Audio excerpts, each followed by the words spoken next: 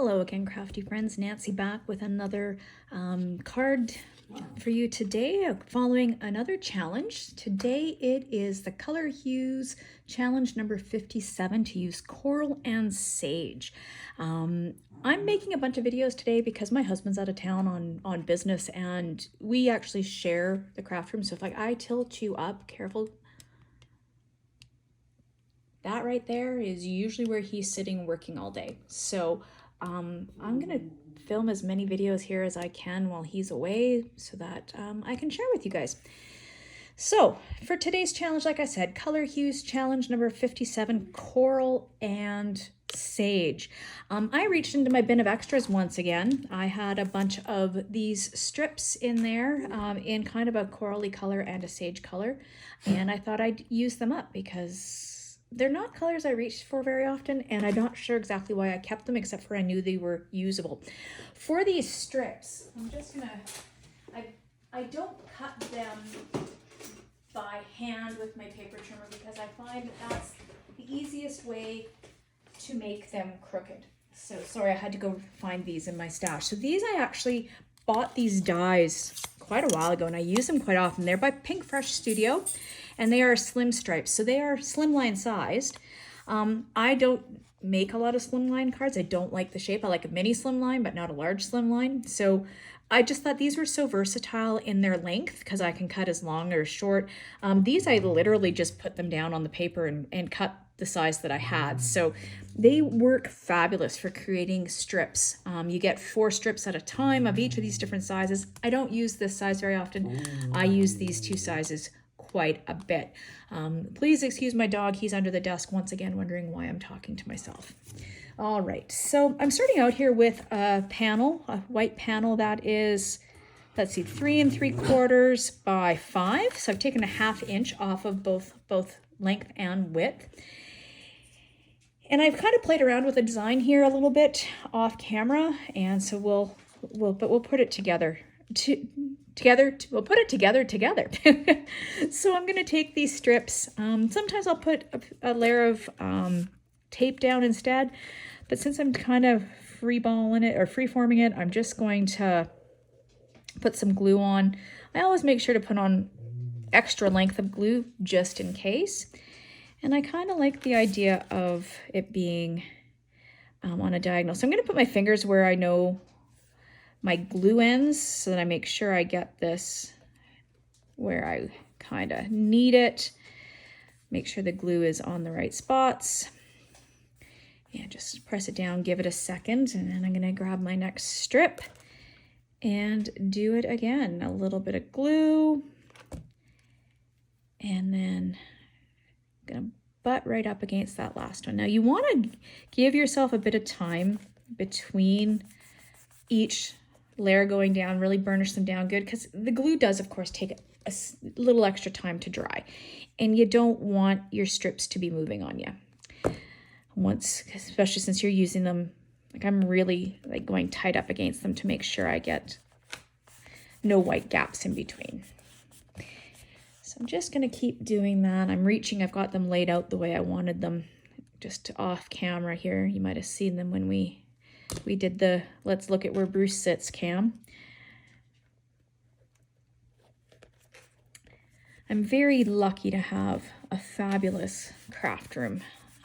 It's not ideal to be sharing it with the hubby's office, but his job, even without COVID, would have been completely remote. So he got a new job during COVID, or about a year ago, and it's completely remote no matter how we look at it. So this week with him away is a rare week where the craft room is all mine.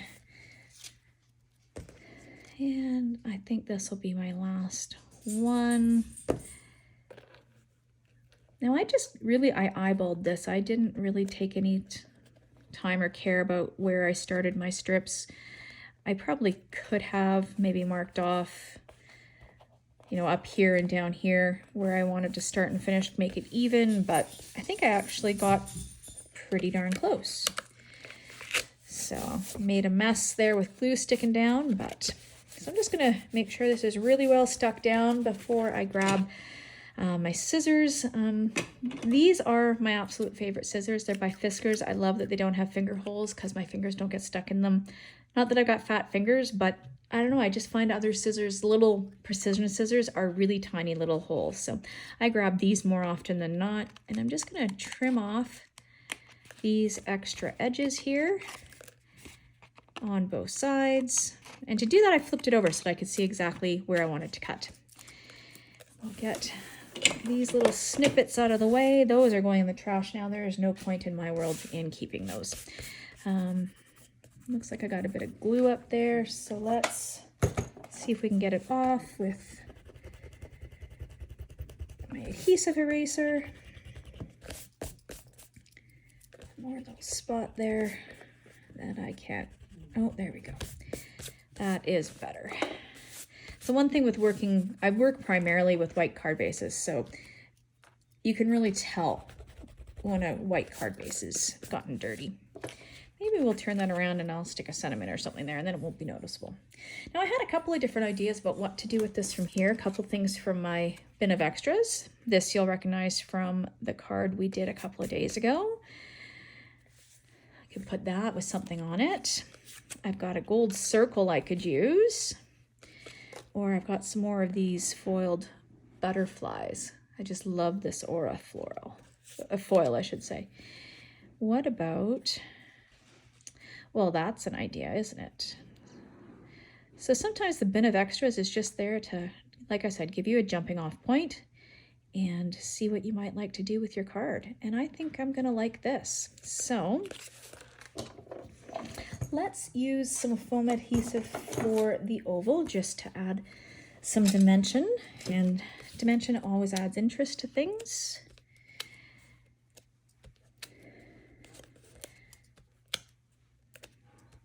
I like using foam adhesive from the same company because, like, let's say I was using it on something smaller. If you use the foam adhesive from the same company, the depth of the foam is the same, so that you can use different sizes or different packages of it and not worry about it, whether or not it fits properly or whatever, right? Not having to worry about the depth of it being off. So let's just get this kind of centered on our card front. Stick it down. And then I've been having fun with these butterflies, giving them a little bit of dimension as well. So what I'm gonna do is grab a small piece of Sookwang tape and find the edge of it. I love Sookwang because it's really sticky and it you can just tear it. You don't have to cut it, which I really like. And we're gonna stick that down there and then go back to our foam adhesives again, the two different sizes. Use the bigger ones up here and the bigger, and the smaller down and the smaller. And now, one of the things I use my tweezers for most often is removing the backings of adhesives like this. So I just kind of wiggle it underneath until it comes off. The key is to have it, your adhesive burnished down to your work quite well first. And I do the same thing with this Sookwang tape. Now you can see this is not any dimension. So what I'm gonna do is just give it a bit of a bend, and I'm gonna stick down that middle part first. And so the middle part's gonna be flush against the cardstock or against the oval. And then the edges of the butterfly are going to be raised. So there is not only dimension, but more of a 3D dimension there because I've got this part here is flat against the card. All right, so now to decide what we want to do to finish this baby off. I'm gonna grab my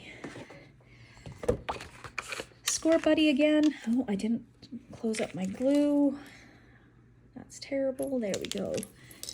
Score Buddy and a scoring tool scored at 5.5. Flip it over and burnish that score so that it stays nice and crisp. And I think we need a mat. What do you think? Let's have a look. Let's grab some old olive cardstock. This is how I store my cardstock. This is a job ticket folder. It's vinyl. It's from Uline, and I store full reams or full packages of cardstock by their color, and I have them labeled as to what they are. And then I also put all of my usable scraps in there so that I can quickly and easily grab out what I need. I find I use my scraps more often because they're in with the full sheets and they're easy to find, and I know exactly which color I am grabbing. Makes a big difference for me. It may not be ideal way for you to do it, but that is what I have come up with after 20 years of creating, and it's how I end up using my scraps.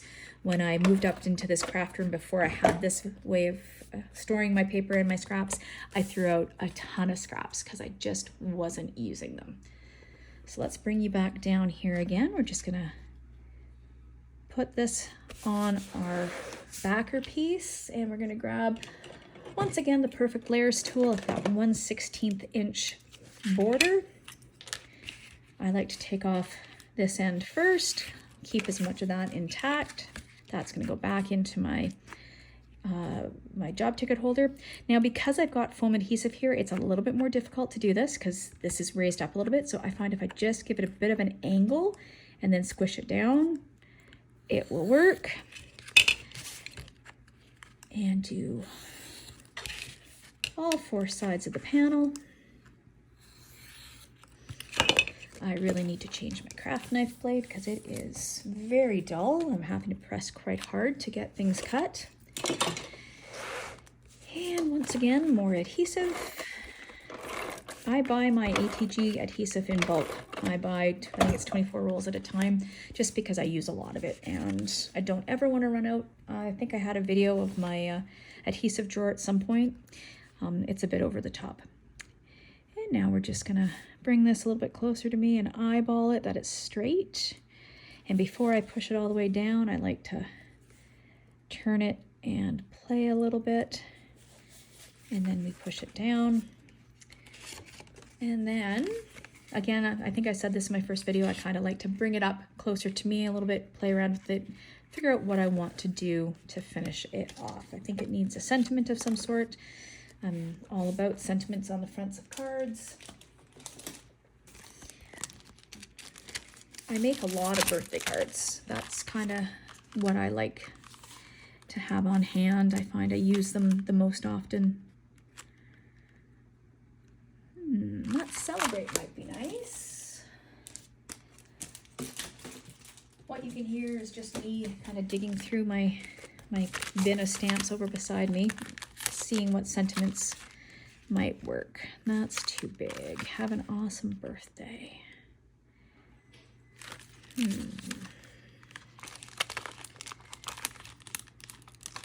happy birthday to you. What does that fit? That might actually be what I want to do. So just push this stuff out of the way, grab out my Misty again, stick it everything down into the corner onto that sticky mat so nothing moves. Doing my best to get that lined up where I want it. Close the door to pick up the stamp, and once again my favorite VersaFine Clair Nocturne. Inking up that stamp, which you can't see. Oh, I just put my finger on it. So let's ink it up again. See, I told you this is real life crafting. And stamp it down, and looks like we got a good impression. Make sure I don't have ink on my finger before I pick that up. And there we go. That is the current color challenge at Color Hues, to use a coral and a sage. Thanks for joining me today, guys. Have a great day.